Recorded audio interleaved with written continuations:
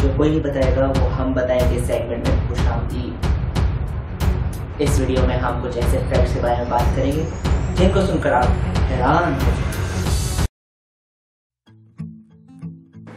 आप सबने जो है ग्लास की बनी हुई जो है चीज़ें देखी हैं, जो बिल्डिंग्स है जो ग्लास से बनती हैं वो भी आपने देखा है, और बहुत सी विंडोज हैं जो ग्लास से बनती है। बल्कि सारी विंडोज जो हैं वो ग्लास विंडोज जो हैं इसी से बनती हैं अब आजकल।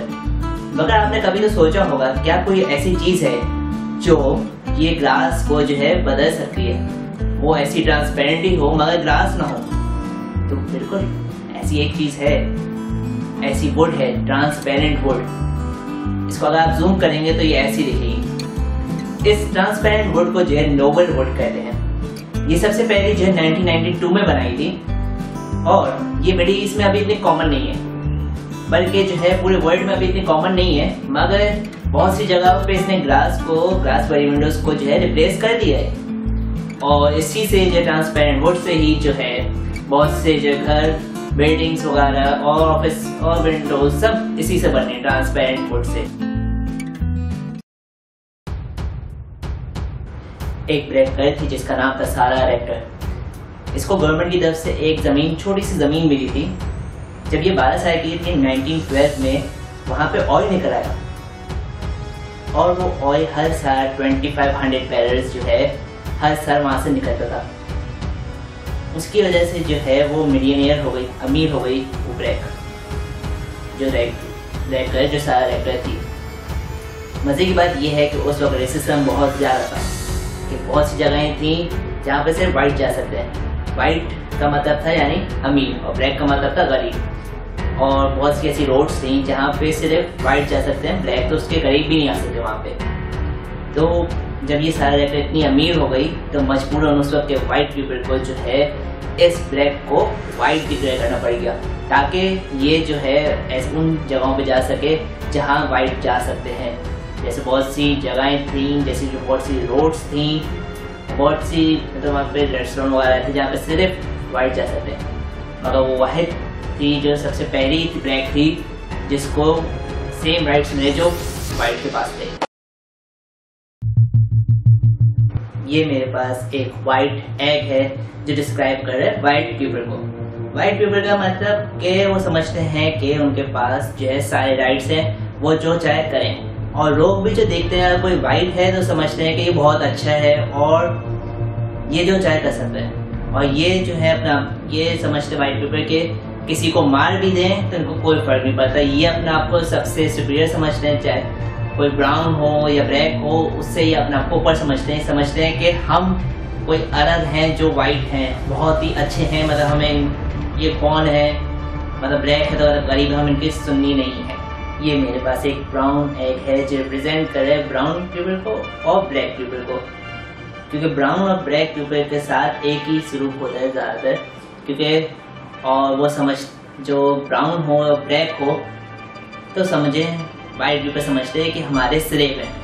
आपको याद होगा कि ब्रिटिश से आज़ादी देने से पहले क्या हाल था लोगों का, जो मतलब इंडिया और पाकिस्तान बनने से पहले ही लोगों का क्या हाल था। सबको स्लेव समझा जाता था, सबको अपने से कमतर समझा जाता था, और जो वाइट कहते वो ही करना है काम। बहुत ही ज़्यादा रेसिज्म था, अभी भी है रेसिज्म, कि जो है कोई ब्लैक या ब्राउन है तो यानी हमारा स्लेव है, हम इससे ऊपर। और वाइट पीपल जो है मतलब इनके साथ बैठना भी पसंद नहीं करते, जो ब्लैक हो या ब्राउन हो। कलर के कॉम्प्लेक्स इतना है कि वो साथ बैठना भी पसंद नहीं करते। अच्छा, अब इस वाइट एग को देखें अंदर से कैसा दिखता है। ये अंदर से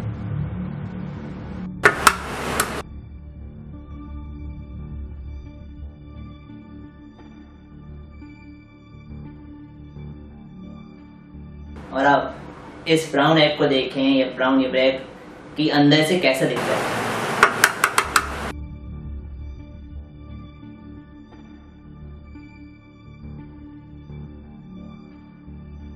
देखा, दोनों जो हैं अंदर से एक जैसे निकलते हैं, अंदर एक ही जैसे हैं। इसी तरह अगर कोई वाइट हो, ब्राउन हो, ब्लैक हो, सबका अंदर से सोल एक ही जैसा है, कोई फर्क नहीं है, कोई किसी से सुपीरियर नहीं है, सब एक जैसे हैं अंदर से। तो फिर इतना रेसिज्म क्यों है मेरे भाई? अब जो मैं आपको बात बताने वाला हूँ, ये बात सुन के आपकी लाइफ आसान हो जाएगी। एक हर घर में सवाल होता है जो सबसे मुश्किल सवाल होता है कि आज खाने में क्या बनेगा। और ये हर किसी से पूछा जाता है जो घर के अफराद हैं कि आज खाने में क्या बनाए, और तकरीबन 1 घंटा लग जाता है, ज़्यादातर बहुत जगह जल्दी भी हो जाता है कि मैक्सिमम जो है ये टाइम तो होता है। या कोई दावत होती है तो उसमें भी यही सवाल होता है आज क्या बनाए, तो हर किसी से पूछा जाता है, उसमें बहुत टाइम लगता है।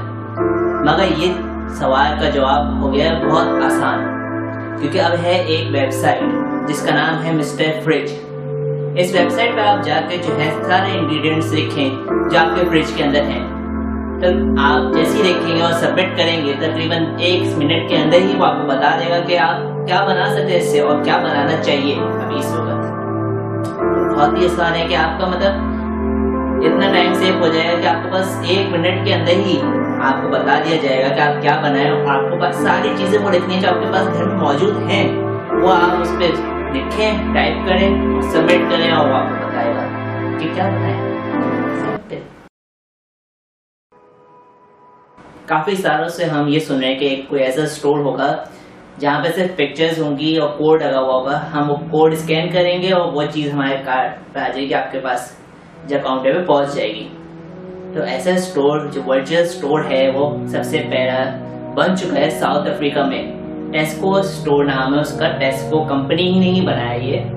इस स्टोर की खासियत ये है कि जब आप इस स्टोर पे जाएंगे तो वहाँ पे कोई ट्रॉली नहीं है, बस इस मॉल में जाने की एक शर्त है कि आपके पास जो है इस मॉल की ऐप होनी चाहिए, और वहाँ पे जो है स्टोर पे इस तरह से सिर्फ पिक्चर्स लगी हुई हैं और इसके नीचे एक छोटा सा कोड है। तो वो कोड को आप जब मोबाइल पे स्कैन करेंगे ऐप के थ्रू, तो वो जो है आपका ऐड टू कार्ट चल जाएगा। जैसे जो फूड पांडा और सारी जो एप्स हैं इनमें जिस तरह से आप ऐड टू कार्ट करते हैं, जब भी कोई ऑर्डर आप जो है सेलेक्ट करते हैं वो एक ऐड टू कार्ट का ऑप्शन में चला जाता है।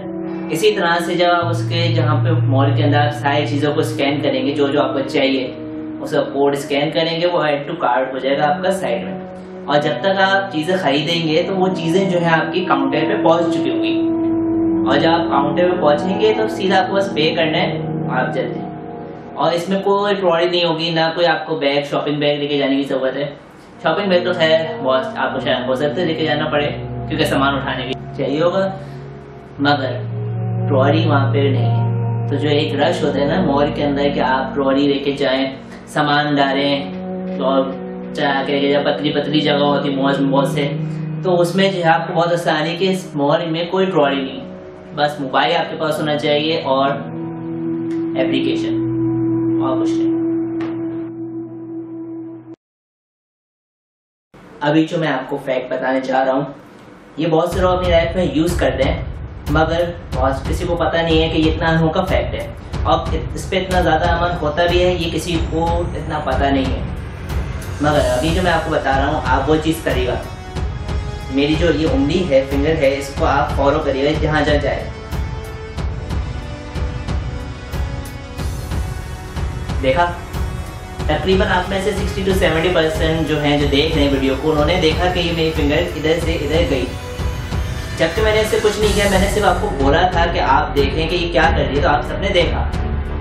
तो ये जो साइंटिफिकली भी प्रूव हुआ है कि जो है 70 to 80% चांस ये है कि अगर आप किसी को कमांड देते हैं या कुछ किसी को बोलते हैं कि ये करो, तो लाजमी है कि वो 70 to 80% वो करे।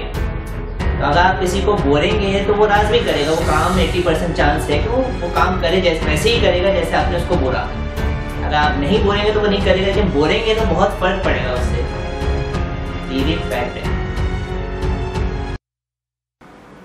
एक बंदा है यूएसए में जिसके पास मोर देन 60,000 ऑयल और गैस के वेल्स हैं। इसने सबसे पहला वेल जो है वो लिया था 2001 में वेस्ट वर्जीनिया में। उस वक्त जो है इसने सारे पैसे इस वेल को खरीदने में लगा दिए थे। ये कोई नया वेल नहीं था, ये मतलब पहले का वेल था, और इसके लाइफ खत्म हो रही थी। तो वो बंदा जिसका वेल था वो बेच रहा था, तो तब भी उसके जो है पैसे थे $250,000। तो इसने जो है सारे पैसे अपने सारी सेविंग इस पे लगाई, और जो है अपना घर भी यहाँ तक कि गिरवी रखवाया उस पे। और ये सैटरडे संडे रोज हर सैटरडे संडे वहाँ पे जाता था काम करने।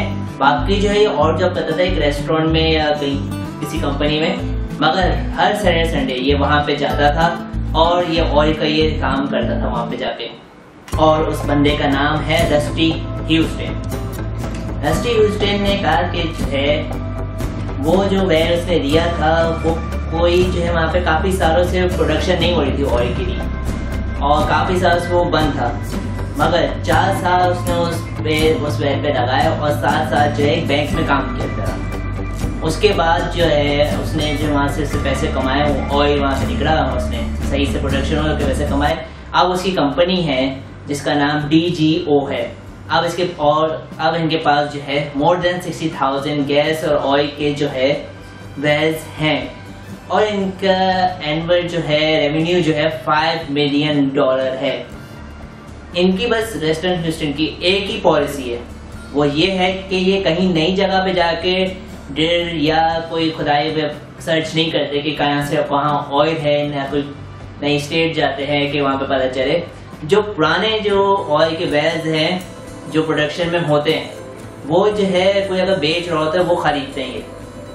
और इनके मुताबिक जो है जो कोई बंदा जो है वो वेल बेच रहा होता है तो उसकी जो है तब भी 50 ईयर्स की वारंटी होती है तकरीबन, वारंटी या ये कह रहे हैं कि मतलब 50 ईयर्स तक, और बाकी जो है वो उसमें से ऑयल निकल सकता है, आपकी रख है। मगर जो अमीर जो मतलब जो हाई ऊपर के लेवल के जो हैं जिन पहले से काम कर रहे हैं इस चीज़ में ऑयल में, तो उन सबकी पॉलिसी होती है कि तकरीबन 50 ईयर्स पहले जो है ये ऑयल अपना जो वेल है ख़त्म होने से पहले बेच दें ताकि उनको कीमत सही मिल जाए। और उसके बाद उनको पता है कि अगर 20 साल बचेंगे तो कोई गारंटी नहीं है कोई खरीदे, और बहुत कम है होता है कि कोई जो है इस तरह खरीदे पुराने ऑयल वेल्स को।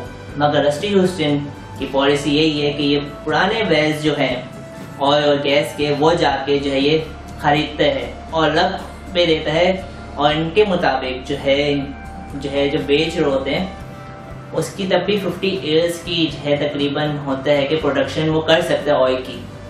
तो ये रस्टी ह्यूस्टन ये है और अब वन ऑफ द मिलियनियर बन चुका है ये रस्टी ह्यूस्टन।